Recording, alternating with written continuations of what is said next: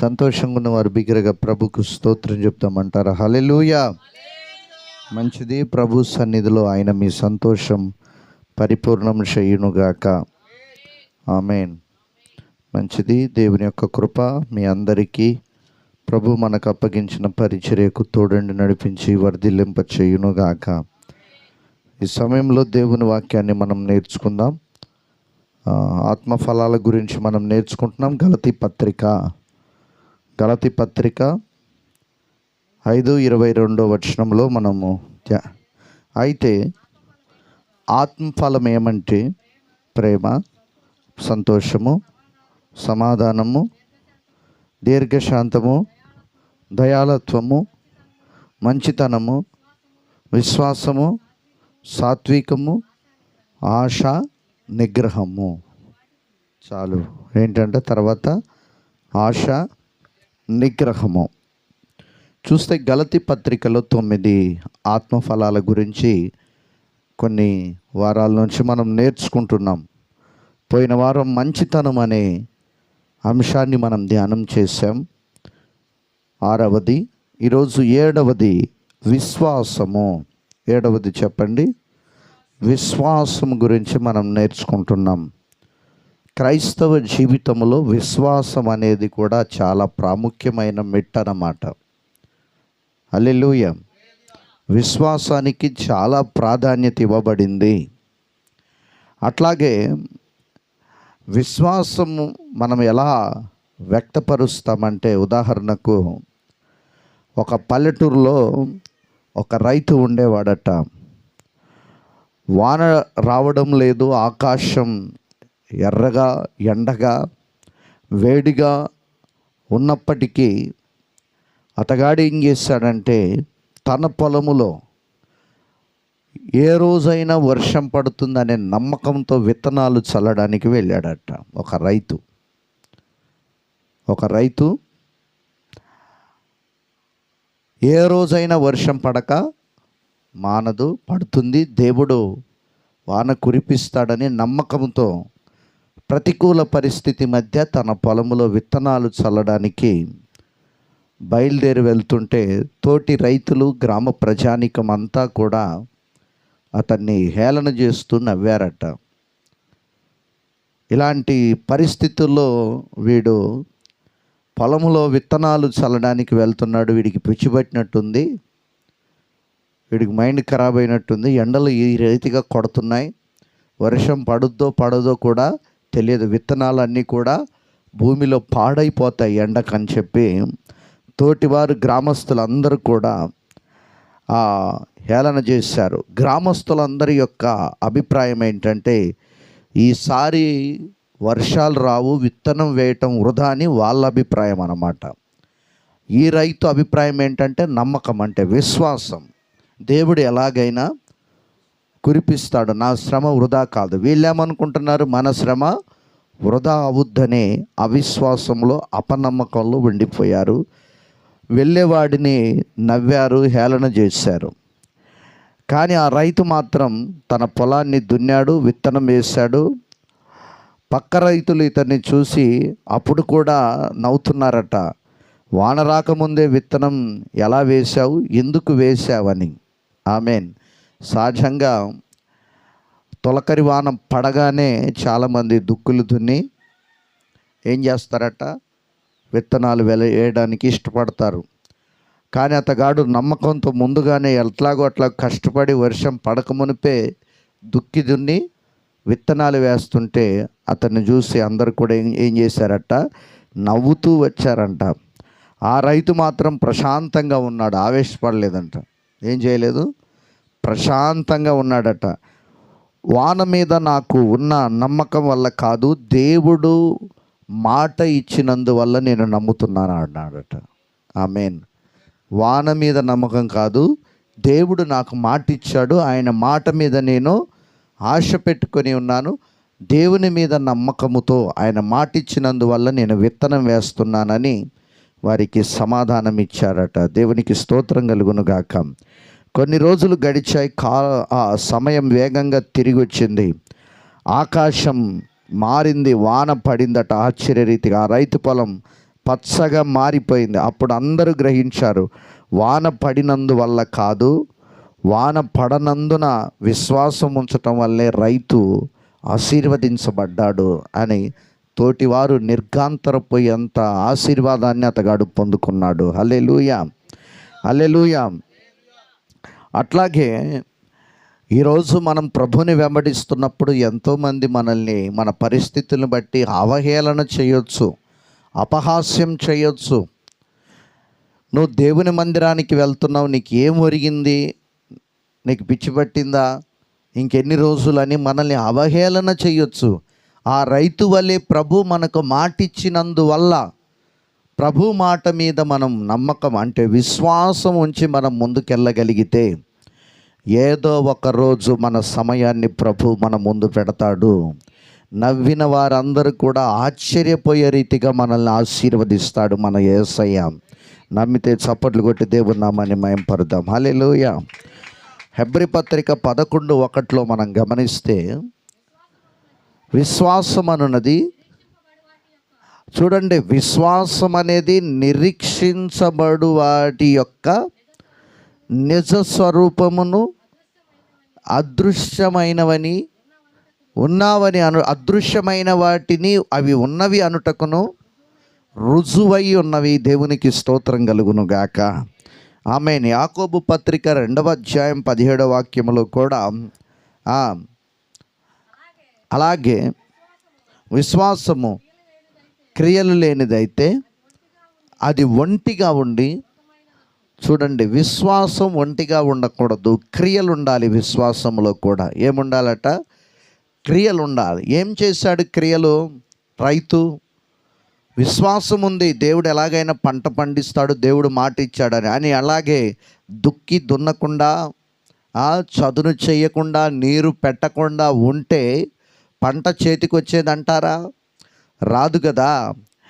అట్లాగని మనం కూడా విశ్వాసం ఒక్కటి ఉంచితే సరిపోదు, ప్రభు మీద ఆధారపడాలి. మనం క్రియలు చేయాలి, మేలులు చేయాలి, తోటి వారికి సహాయపడాలి. మన క్రియలు దేవుడు చూసి ఆశీర్వదిస్తాడు. రైతు క్రియలు ఉన్నాయి, దున్నాడు, నాటాడు, నీరు పెట్టాడు, ఎరువులు చల్లాడు, అంటే క్రియలు ఉన్నాయి. ఒక క్రైస్తవ విశ్వాసులుగా మన జీవితంలో ఏముండాలట? విశ్వాసం ఒకటి ఉంటే సరిపోదు, క్రియలు ఉండాలి. ప్రభు మెచ్చే క్రియలు ఉండాలి. ఆమేన్. 10 మందికి సహాయపడగలిగినటువంటి తత్వం మనకు ఉండాలి. మనకు చేతనైన సహాయం చేస్తున్నప్పుడు ప్రభు మన క్రియలకు తగ్గ ప్రతిఫలం బహుమానంగా ఇస్తారన్నమాట. దేవునికి స్తోత్రం కలుగును గాక. హల్లెలూయా. వాన పడక మునిపే ముందుగానే విత్తనం వేయటం విశ్వాసం అన్నమాట. ఫలితం కనబడక ముందే దేవుని మాట నమ్మడమే విశ్వాసం. దేవుడు నాకు ఇది ఇవ్వబోతున్నాడు, ఫలితం మనకు కనపడటం లేదు, కానీ దేవుడు నాకు ఇవ్వబోతున్నాడు, మాట్లాడాడు, మాటిచ్చాడు, వాగ్దానం చేశాడని మనం నమ్మడమే, చెప్పండి, విశ్వాసం. హల్లెలూయా. దేవునికి స్తోత్రం కలుగును గాక. మనం నమ్మడమే అది బలమైన విశ్వాసంగా మారుతుంది. ఫలితం, చాలామంది ఫలితం కనపడ్డ తర్వాత నమ్ముతామంటారు, అది తప్పు అన్నమాట. రైతు వాన పడక మునిపే విత్తనాలు వేసినట్లుగా ఫలితం కనబడక మునిపే ప్రభు నా పట్ల ఈ కార్యాన్ని జరిగించుటకైనా శక్తిమంతుడు, సమర్థుడు అని మనం నమ్మి ముందుకు వెళ్ళాలి.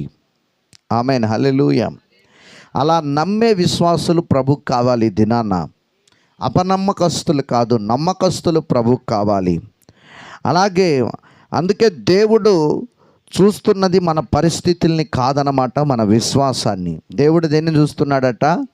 ఈ జీవిత యాత్రలో, మన భక్తి జీవితంలో దేవుడు చూస్తున్నది మన పరిస్థితుల్ని కాదు, మన విశ్వాసాన్ని ఆయన ప్రతిరోజు చూస్తున్నాడు. మన విశ్వాసం ఎంత బలమైందైతే మన పరిస్థితులు అన్నీ బలహీనం చేస్తాడు దేవుడు. అవి బలహీనపడతాయి, దేవుడు మనకు విజయాన్ని ఇస్తాడు. ఆమేన్. హల్లెలూయా. ఎంతమంది నమ్ముతున్నారు? ఆమేన్. బలమైన విశ్వాస వీరులుగా సంఘం మార్చబడాలి. ఆత్మఫలం ఏంటంటే 7వది విశ్వాసం క్రైస్తవ జీవితంలో ఈ విశ్వాసం అనేది చాలా ప్రాముఖ్యమైనటువంటిది అన్నమాట. Praise the lord. ప్రభు కూడా అన్నారు, చూసి నమ్మిన వారి కంటే చూడక నమ్మిన వారు అంటే విశ్వాసం ఉంచిన వారు ధన్యులని చెప్పారు. ఆమెన్. యేసుక్రీస్తు ప్రభు అని మనం విశ్వసించాం, మన జీవితాలు ధన్యచరితమయ్యాయి అన్నమాట. హల్లెలూయా. అంతేగాని ప్రభు నాకు అది చేస్తే నేను చర్చికొత్తా, ప్రభు నాకు ఇది చేస్తే నేను ప్రభుతో బేరాలు వద్దు మనకి. అట్ట బేరాలు ఆడుకుంటే జీవితంలో ఎన్నడే కానీ కార్యాలు నాకు ఇది చేస్తాడు అని మనం నమ్మకం ఉంచాలి. అప్పుడు కార్యాలు ప్రభు ఎమ్మటే ప్రారంభిస్తాడు. ఆమేన్. హల్లెలూయా. అందుకనే బేరసారాలు వద్దంటాను సంగమా ఈరోజు. ఆమేన్. అందుకని కొంతమంది బేరసారాలు ఆడుతూ ఉంటారు, ఇది చేస్తేనే అది ఇస్తా, లేకపోతే చెయ్యను అని అంటుంటారు అన్నమాట. అందుకనే విశ్వాసం ఉంచాలి. ఆమేన్. విశ్వాసం లేకుండా మనం దేవునికి ఇష్టలుగా అస్సలు ఉండలేం. విశ్వాసం లేకుండా దేవునికి ఇష్టలుగా అస్సలు ఎన్నడే కానీ ఉండలేం బాబోయ్. హెబ్రీ పత్రిక 11వ అధ్యాయం 6వ వాక్యాన్ని చూస్తే, విశ్వాసం లేకుండా దేవునికి ఇష్టలై ఉండుట అసాధ్యము. చూడండి, విశ్వాసము లేకుండా దేవునికి ఇష్టమైన వారిగా మనం అసలే ఉండలేమండి. విశ్వాసం ఉండాలి. ఆమేన్. దేవునికి స్తోత్రం కలుగును గాక. ప్రభు అదే అంటారు కదా, మారు మనసు లేది 99 మంది కంటే మారు మనస్సు అంటే విశ్వాసం కలిగినటువంటి ఒక పాపి విషయమై పరలోకంలో ఆనందం కలుగుతుందట. ఒక్కరి విషయమే, ఆ ఒక్కరు నువ్వు నేను కావాలి. అది దేవుడు ఆశపడుతున్నాడు. ఆమేన్. అర్థమైందా? దేవునికి మహిమ కలుగును గాక. హల్లెలూయా. దేవునికి స్తోత్రం కలుగును గాక. అందుకనే చాలామంది విశ్వాసం ఉంచకుండా నేను దేవుడు అంటే నాకు ఇష్టం అంటారు, కానీ మనం దేవునికి ఇష్టలుగా ఉండలేం. ఆయన మీద మనం బలమైన విశ్వాసం ఉంచాలి. అప్పుడు మనం దేవునికి ఇష్టలుగా మారుతాము, దేవుడు ఇష్టపడే వారిగా ఉంటాము. ఆమేన్. బలమైన విశ్వాసం కొర్నేలు ఉంచాడు కనుక, కొర్నేలు అంటే దేవునికి చాలా ఇష్టమైంది. అందుకనే కొర్నేలుతో చెప్పాడు, ఒక విశ్వాస వీరుడు ఉన్నాడు, నీ కొరకు ప్రార్థన చేస్తాడు, యొప్పేలో ఉన్నాడు, దైవజనుడు పిలిపించు అని. ఆమేన్. ఆమేన్. హల్లెలూయా. మన విశ్వాసం బలపరచడానికి దేవుడు మన కొరకు ఆత్మ సంబంధమైన వ్యక్తుల్ని కూడా ఏర్పరుస్తాడు. మన ప్రార్థన బలమైందై ఉండాలి, మన విశ్వాసం బలమైందై ఉండాలి. ఈ విశ్వాసపు యొక్క ఆత్మఫలాన్ని ప్రభు సన్నిధిలో మనం పొందుకోవాలి. చాలామందికి నా అపనమ్మకం ఉంటుంది అనమాట, ఇది అయిద్దా కాదా, అవుద్దా కాదా అని. అవిశ్వాసం అది మనలో ఉండకూడదు. ఏది ఏమైనా ప్రభు నాతో ఉన్నాడు, నా కోసం ఆయన ఇది చెయ్యగలడు అనే బలమైన నమ్మకం మనకు, ఆ విశ్వాసం ఉండాలి. మన విశ్వాసం అభివృద్ధి పొందాలన్నమాట. ఆమేన్. ఎక్కడేసిన గొంగలి అక్కడే ఉండకూడదు, అభివృద్ధి చెందాలి. ఇప్పుడు ఒక చెట్టు, ఒక నాట్యం మొక్క ఎప్పుడు చూసినా అలాగే ఉంటుందా? దానికి కనీసం నువ్వు నీళ్ళు వేయకుండా ఎప్పుడన్నా వర్షం కురిచినప్పుడు అది వెంటనే అది చిగురిస్తుంది, ఎదగడానికి గబగబా ఇష్టపడుతుంది. అదే రోజు నీరు అందిస్తే ఎదుగుతూనే ఉంటుంది. అలాగే దేవుని సంఘములో మనం నాటబడి వాక్యమనే నీరుతో ప్రతి దినము నింపబడుతున్నప్పుడు దేవుడు మనల్ని విశ్వాసములో వృద్ధి పొందిస్తాడు. విశ్వాసములో ఎక్కవలసినటువంటి మెట్లు ప్రభు మనల్ని ఎక్కిస్తాడు అన్నమాట. ఆమేన్. విశ్వాసంలో ఏం కావాలంట? అభివృద్ధి చెందాలి. మరుగుజ్జులాగా ఉండకూడదు. చాలామంది ఎలా ఉంటారట? అభివృద్ధి చెందరు, మరుగుజ్జులాగా ఉంటారు, ఎప్పుడు అలాగే ఉంటారు. అలా ఉండటం ప్రభుకి ఇష్టం లేదు. తెస్సలోనికి రాసిన 2వ పత్రిక 1వ అధ్యాయం 3వ వాక్యం చదువుదాం. 2వ పత్రిక 1వ అధ్యాయం 3వ వాక్యం. సహోదరులారా, మేమెల్లప్పుడూ మిమ్మల్ని గూర్చి దేవునికి మిమ్మల్ని గురించి ఎల్లప్పుడూ మన ప్రభువుకి కృతజ్ఞతాస్తుతులు చెల్లించుటకై బద్ధులమై ఉన్నాము. ఇది యుక్తమే. ఎలయనగా మీ విశ్వాసము చూడండి బహుగా అభివృద్ధి పొందాలి. ఆ, ఆ, ఆ, ఆ, విస్తరించుచున్నది. చాలు. ఏమైందట? సంఘపు యొక్క విశ్వాసుల విశ్వాసం అభివృద్ధి పొందిందని దైవజనుడు సాక్ష్యం ఇస్తున్నాడు అన్నమాట. ఈరోజు మన ప్రాంతంలో, మన గ్రామంలో మన విశ్వాసం ఏం కావాలంట? అభివృద్ధి పొందాలి. చెప్పండి, ఏం కావాలి? అభివృద్ధి పొందాలి, ఎదగాలి. మనం ఎదగటం యేసయ్యకి ఇష్టం. ఇప్పుడు మన పిల్లలు ఉన్నారనుకో, ఎదగకుండా అలాగే మరుగుజ్జుల్లాగా ఉంటే మనకు సంతోషమా? ఎట్లా ఉంటుంది మనకి? చెప్పండి, బాధగా ఉంటుంది. మరి ఏం చేయాలని కోరుకుంటాం? వాళ్ళని ఎదగాలి. ఎదగాలంటే వాళ్ళ కోసం ఏం చేస్తాం? చెప్పండి, శ్రేష్టమైన భోజనం, లేకపోతే స్పెషల్ డాక్టర్ ట్రీట్మెంట్స్ అన్నీ వాడుతుంటారు. ఇక్కడ స్పెషల్ ట్రీట్మెంట్ ఏం లేదు, కానీ ప్రభు సన్నిధిలో ప్రతిదినం వాక్యం చదువుకొని ఎదగాలి. వాక్య ధ్యానములో విశ్వాసపు యొక్క బలము, ఎరువు మనకు దొరుకుతుంది. ఆమేన్, హల్లెలూయా. అందుకని మనం ఎదగటం ప్రభుకి ఇష్టం. మనం ఎదగకుండా ఉంటున్నామంటే సాతానుడికి చాలా ఇష్టం. వాడికి మన ఎదుగుదల ఆగిపోవటం సాతానుకి ఇష్టం. మన ఎదుగుదల ఎదగటం యేసయ్యకు ఇష్టం. ఎదగపోవడమేమో వాడికి ఇష్టం, ఎదగటమేమో యేసయ్యకి ఇష్టం. మనం ఎదుగుతుంటే అపవాది ఓర్వలేడు. కానీ వాడు ఓర్చుకోలేక చావాలి అంటే మనం ప్రభువులో ఇంకా ఎదుగుతూనే ఉండాలి. యోసేపు ఎలా ఎదిగాడంటే అతని తీగలు గోడల మీద పాకాయట. అంత విశ్వాస వీరుడు యోసేపు. ఆమేన్. ఎలా ఎదిగాడంట? చెప్పండి, గోడల మీదకి ఎక్కి పాకాయని అతని విశ్వాసం గురించి వ్యక్తపరచబడింది బైబిల్లో. ఒక పందిరి వేయబడాలి మన విశ్వాసం. ఆమేన్. అంతేగాని మన విశ్వాసం బలహీనపడకూడదు ఈరోజు. అందుకని అభివృద్ధి కావాలి. ఏం చెందాలండి? అభివృద్ధి చెందాలి. మన అభివృద్ధి మన ప్రభుకు సంతోషాన్ని, అలాగే ఆయన దాసులమైన మాకు సంతోషాన్ని ఇస్తుంది. ఈ విశ్వాసి అభివృద్ధి పొందటం దైవజనుడికి ఆనందం. ఆమేన్, హల్లెలూయా. దేవునికి ఆనందం, దైవజనుడికి ఆనందం. మన విశ్వాసమును మనం కాపాడుకోవాలి. అంటే ప్రమాదాలు ఉన్నాయి. ఏమున్నాయంట? ప్రమాదాలు జరిగేది ఉందన్నమాట. అందుకనే మన విశ్వాసాన్ని మనం జాగ్రత్తగా కాపాడుకోవాలి.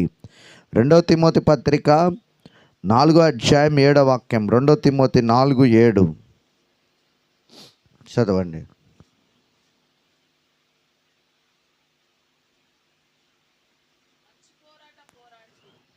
2 తిమోతి మంచి పోరాటం పోరాడి తిని నా పరుగు కడముట్టించి తిని. ఏం కాపాడుకున్నాడంట? విశ్వాసము కాపాడుకుంటుని. ఇక మీదట నా కొరకు నీతి కిరీటం ఉంచబడిందని అతిశయించి ప్రభువును బట్టి చెప్పాడు భక్త పౌలు. ఎప్పటి వరకు కాపాడుకున్నాడంట? కడమటుకు. ఏం పోరాడు? విశ్వాస పోరాటం. అపవాదికి ఆయనకు యుద్ధం జరిగింది. యుద్ధములో జయం ఎవరిదంట? చెప్పండి, పౌలుకు దేవుడు తోడున్నాడు. నీకున్నాడా? నాకున్నాడా? స్వార్థపరుడు ఆయన? చెప్పండి, అందరికీ తోడుండే దేవుడు. ఆమేన్, హల్లెలూయా. అందరు కావాలి ఆయన, కొందరు కాదు. ప్రపంచంలో ఉన్న మనిషి మనకుంటుంది కొందరు కావాలని, కానీ యేసయ్యకి ఏముంటుందట? అందరు కావాలని ఉంటుంది. ఆయనకు కుల, మతం, జాతి, వర్గం ఏమీ లేదండి. దేవునికి స్తోత్రం కలుగును గాక. అందుకనే విశ్వాసాన్ని కాపాడుకోవాలి. అంటే ప్రమాదం జరిగే పరిస్థితులు ఉన్నాయి.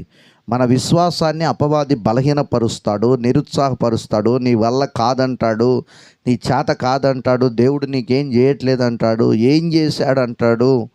ఇలాంటి ప్రమాదాలు ఉన్నాయి కనుక నీవు కాపాడుకోవాల్సిన బాధ్యత కూడా నీ మీద ఉంది.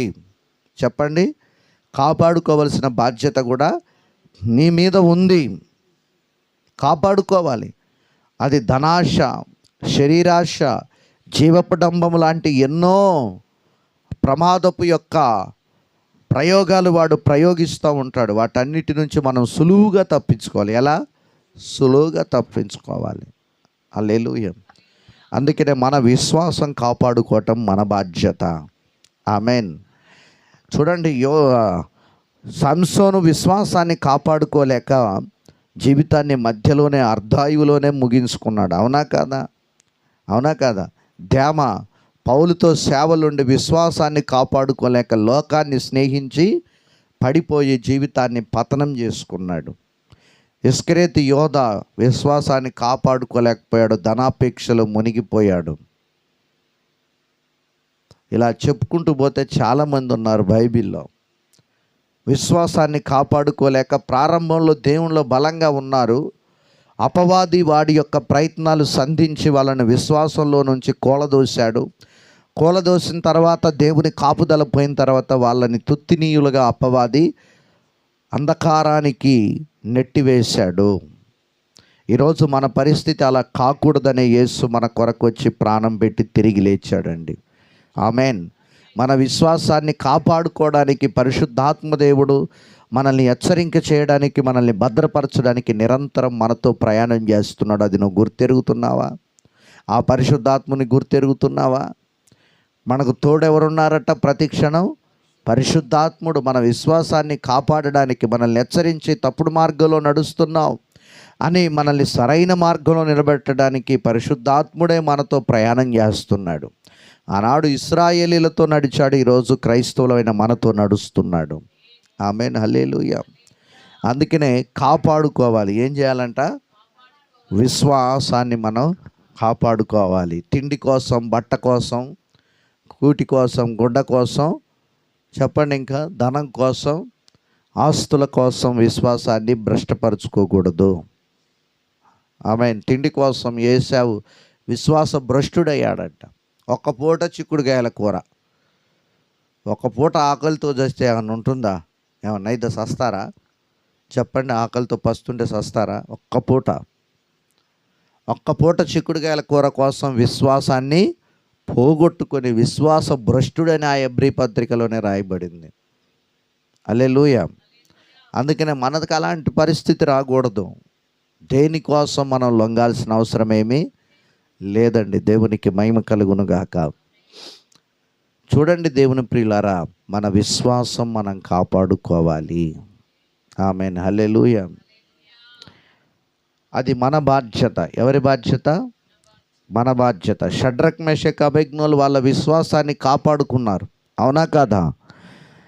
ఇదిగో సింఫోనీ, పెద్ద వీణ, తాళాలు అన్నీ వినిపించినప్పుడు మీరు ఏం చేయాలంటే, నేను చెక్కిన ప్రతిమకు మీరు సాగిలపడి నమస్కారం, ఉన్న చోటనే చేయమన్నాడు. విగ్రహం దగ్గరికి కూడా అవసరం లేదన్నాడు. కానీ వాళ్ళు ఏమన్నారు? అసలు మేము మొక్కం, మాకు అలవాటు లేని పని మేము అసలే చెయ్యం అని రాజాజ్ఞను ధిక్కరించారు. కారణం ఏంటంట? విశ్వాసాన్ని కాపాడుకోవడానికి. వారి విశ్వాసం బలహీనపరుచుకోవాలనుకోలేదు వాళ్ళు. సైతానుడు మాస్టర్ ప్లాన్ వేశాడని వారికి అర్థమైంది. హల్లెలూయా. అర్థమయ్యి అందుకనే వాళ్ళు విశ్వాసంలో బలవంతులుగా ఉన్నారు. అగ్నికి అప్పజెప్పుతామన్నా కూడా వాళ్ళ విశ్వాసం ఇసువంతా కూడా తగ్గలేదండి. ఏమన్నాడు రాజు? చెప్పండి. మీరు సాగిలపడి ఇప్పుడు నమస్కరించకపోతే మిమ్మల్ని 7 మంది అగ్నిగుండంలో వేస్తామంటే, అయితే వేసుకో, మా దేవుడు కాపాడినా కాపాడకపోయినా మా దేవునికి స్తోత్రంగా, నువ్వు చెప్పింది మాత్రం మేము చెయ్యమని విశ్వాసములో బలహీనపడలేదు. వాళ్ళు విశ్వాసాన్ని కాపాడుకున్నారు గనక అగ్ని వారిని ఏమి చేయకుండా దేవుడు అగ్నిగుండంలో వారిని కాపాడాడు. చప్పట్లు కూడా దేవుని మహిమపడదాం గట్టిగా. అందుకనే ఇలాంటి ప్రమాదాలు ఉన్నాయి మనకి. ఎలాంటి ప్రమాదాలు? సులువుగా తీసుకొచ్చి పెడతాడు ప్రమాదాలు. ఏదో ఉరుము అని బెదిరించాడు సైతానుడు. ఏదో ఒకటి సులువుగా చుట్టాల నుంచో, కూతురు నుంచో, కొడుకు నుంచో, బంధువుల నుంచో ఏదో ఒక ఆనవాయితీలు తెచ్చి మీ నెత్తిన పెట్టి మీ విశ్వాసాన్ని బలహీనపరుస్తాడు. ఇది ఒక్కసారేగా అని అంటాడు. ఆ ఒక్కసారి చాలు నీ విశ్వాసం ప్రమాదంలో పడ్డానికి. 100 సార్లు అవసరం లేదు. ఏమంటారు? అది దేవుని ప్రజలారా జ్ఞాపకం చేసుకొని విశ్వాసం కాపాడుకోవాల్సిన బాధ్యత మన భుజస్కంధాల పైన ప్రభువు ఉంచాడు. అపవాది సులువుగా చిక్కులు పెట్టి మన విశ్వాసాన్ని పొడుస్తాడు. జాగ్రత్త సంగమా. హల్లెలూయా. అలాగే 1 కొరింథీ పత్రిక డి, మనలో విశ్వాసం ఉందో లేదో మనల్ని మనమే కొన్నిసార్లు పరీక్షించుకోవాలి. డి ఏంటంట, మనలో అసలు విశ్వాసం ఉందా లేదా అని ఒక్కొక్కసారి మనల్ని మనమే తడిమి చూసుకోవాలి, పరీక్షించుకోవాలి. జేబులు తడుముకుంటారు, ఊరికి పోయేటప్పుడు పర్సు పెట్టుకున్నా కూడా 10 సార్లు తడుముకుంటారు కొంతమంది. అది కాదు కావాల్సింది. ఇక్కడ కూడా ఏంటంటే, నేను విశ్వాసములో నాకు విశ్వాసం ఉందో లేదో అని మనల్ని మనమే ఏం చేయాలంట, పరీక్షించుకోవాలి. 2 కొరింథీ పత్రిక 13:5.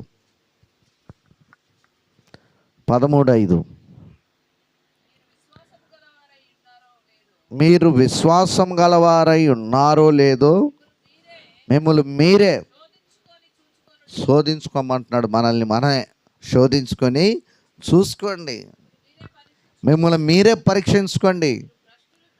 మీరు భ్రష్టులు కాని ఎడల యేసుక్రీస్తు మీలో ఉన్నాడని మిమ్మల్ని గూర్చి మీరే ఎరుగుదురు కదా. మేము భ్రష్టులం కామని మీరు తెలుసుకుందరని పరీక్షించుచున్నాను. మన విశ్వాసాన్ని మనమే ఏం చేయాలి, ఏమన్నా పరీక్షించుకోవాలి. పరీక్ష జరగాలి. పరీక్ష లేకపోతే ఉద్యోగాలు లేవు, పై చదువులు లేవు. ఉన్నాయా? లేవు. ఫస్ట్ సెకండ్ క్లాస్కి వెళ్ళాలంటే ఏం పెడతాడు సారు? పరీక్ష పెడతాడు. థర్డ్ క్లాస్కి వెళ్ళాలంటే పరీక్ష. 10th పాస్ అవ్వాలంటే పరీక్ష. జాబ్ కావాలంటే పరీక్ష. అయితే విశ్వాసంలో కూడా ఏముందట, పరీక్షలు ఉన్నాయి. పరీక్షించబడతాం. కొన్నిసార్లు దేవుడు పెడతాడు, కొన్నిసార్లు మనల్ని మనమే అసలు నా విశ్వాసం బలమైందో కాదు అని పరీక్షించుకోవాలి. హల్లెలూయా, దేవునికి స్తోత్రం. హెబ్రీ పత్రిక 3:12. హెబ్రీ పత్రిక 3:12.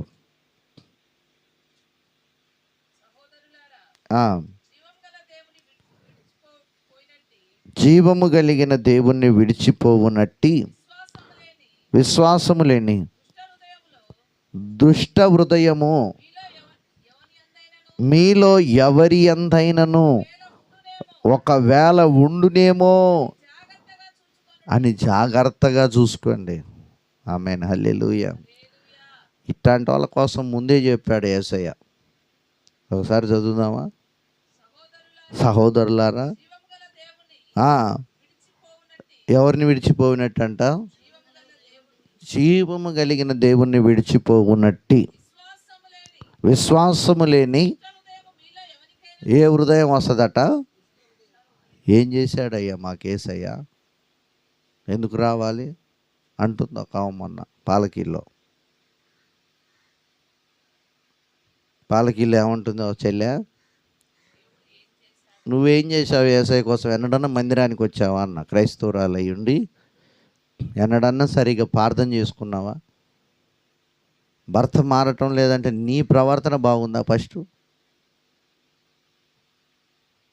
చెప్పండి. మళ్ళీ ఎవరి మీద నెపాలంట?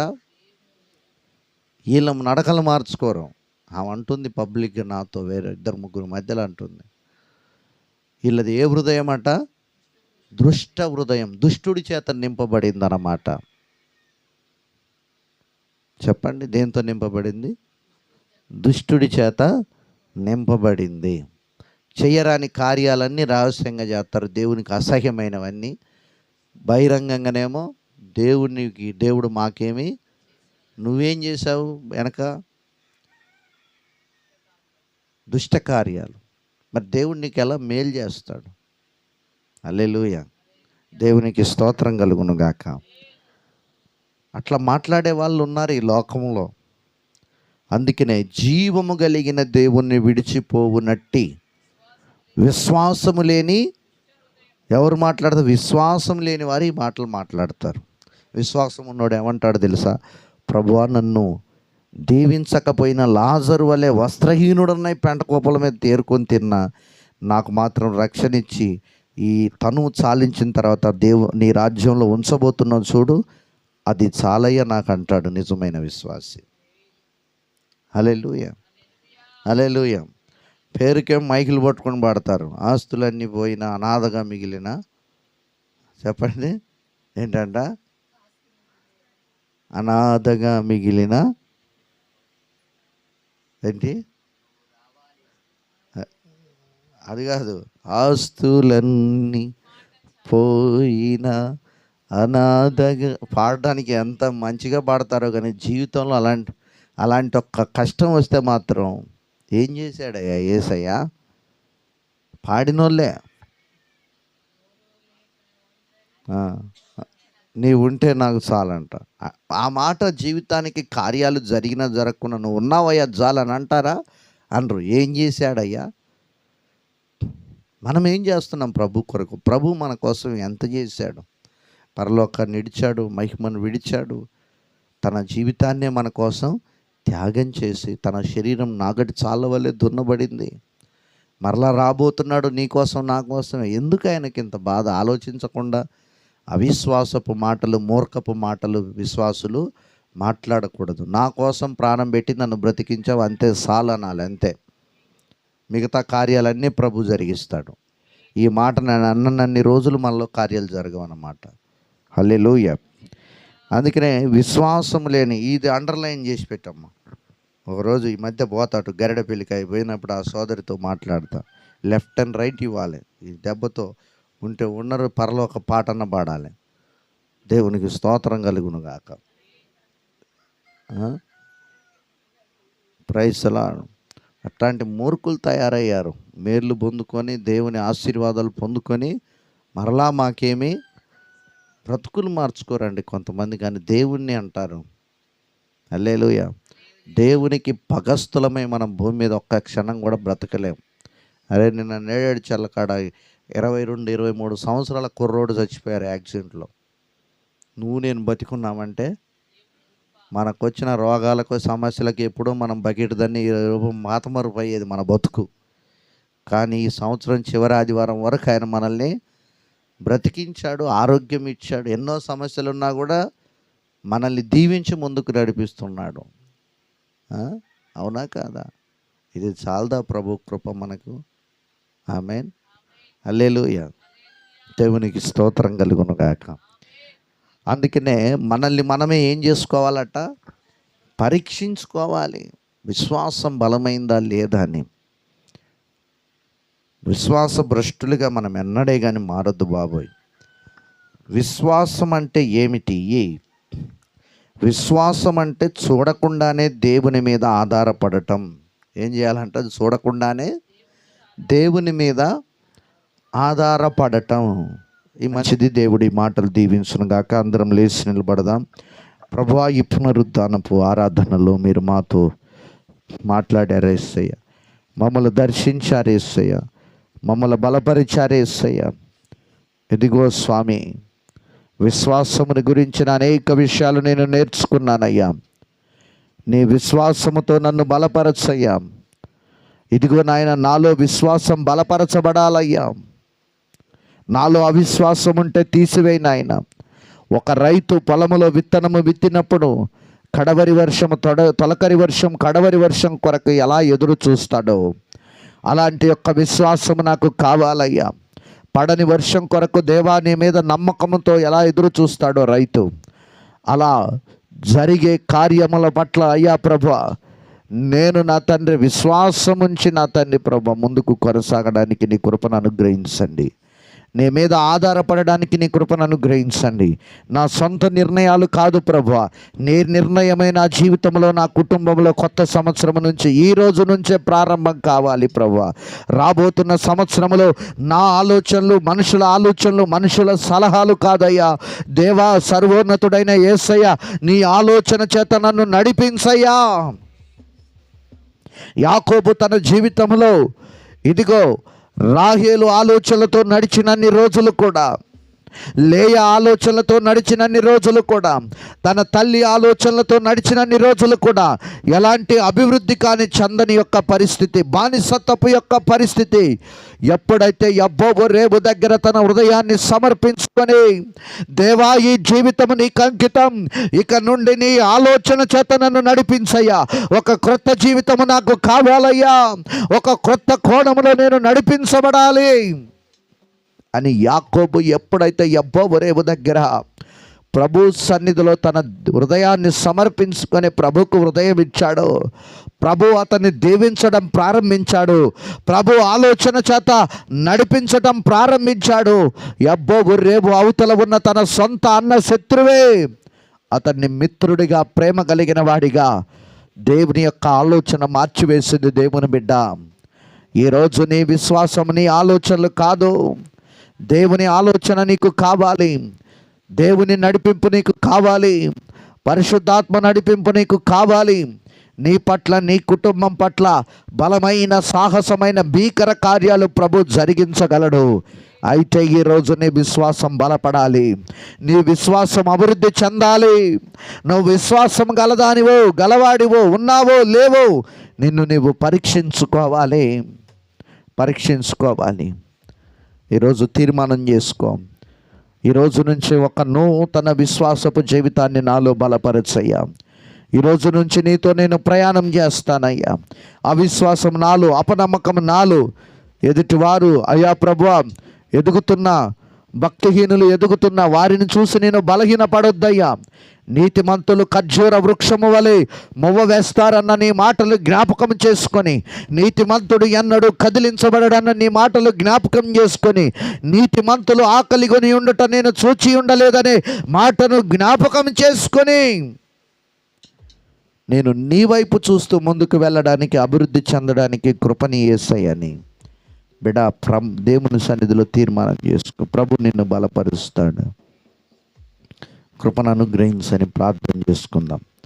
మన మధ్యలో ఉన్నటువంటి పాస్టర్ గారు ప్రార్థన చేస్తారు.